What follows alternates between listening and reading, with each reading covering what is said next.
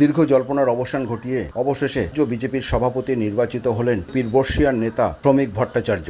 বৃহস্পতিবার আনুষ্ঠানিকভাবে রাজ্য বিজেপির সভাপতির নাম ঘোষণা করেন কেন্দ্রীয় নেতা রবিশঙ্কর প্রসাদ। এরপর আজ শুক্রবার আনুষ্ঠানিকভাবে সভাপতির দায়িত্বভার হস্তান্তরণ করলেন বিদায়ী রাজ্য সভাপতি সুকান্ত মজুমদার। সল্টলেকের বিজেপির সদর দপ্তরে আনুষ্ঠানিকভাবে নবনির্বাচিত রাজ্য সভাপতির হাতে দায়িত্বভার অর্পণ করলেন বিদায়ী রাজ্য সভাপতি সুকান্ত মজুমদার। এরপর দলীয় উত্তরীয় এবং পুষ্পস্তবক দিয়ে রাজ্য বিজেপির সভাপতিকে বরণ করে নিলেন উপস্থিত নেতৃত্ব ও বিজেপি কর্মী সমর্থকেরা।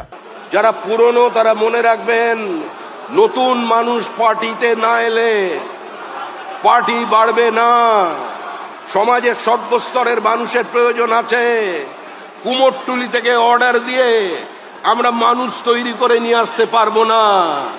আর যারা নতুন এসেছেন তারাও মনে রাখবেন, ওই পুরনো মানুষগুলো পরাজয় নিশ্চিত জেনেও, জমানত বাজেয়াপ্ত হবে জেনেও, যারা পতাকাটা ধরে রেখেছিলেন, প্রদীপ জ্বালিয়ে রেখেছিলেন, তার জন্যই এই অবস্থা তৈরি হয়েছে। কোনো নতুন নেই, কোনো পুরনো নেই। যার হাতে বিজেপির পতাকা সেই বিজেপি, যে সক্রিয় সেই বিজেপি। কে কমিটিতে আছেন, কে কমিটিতে নেই বড় কথা নয়।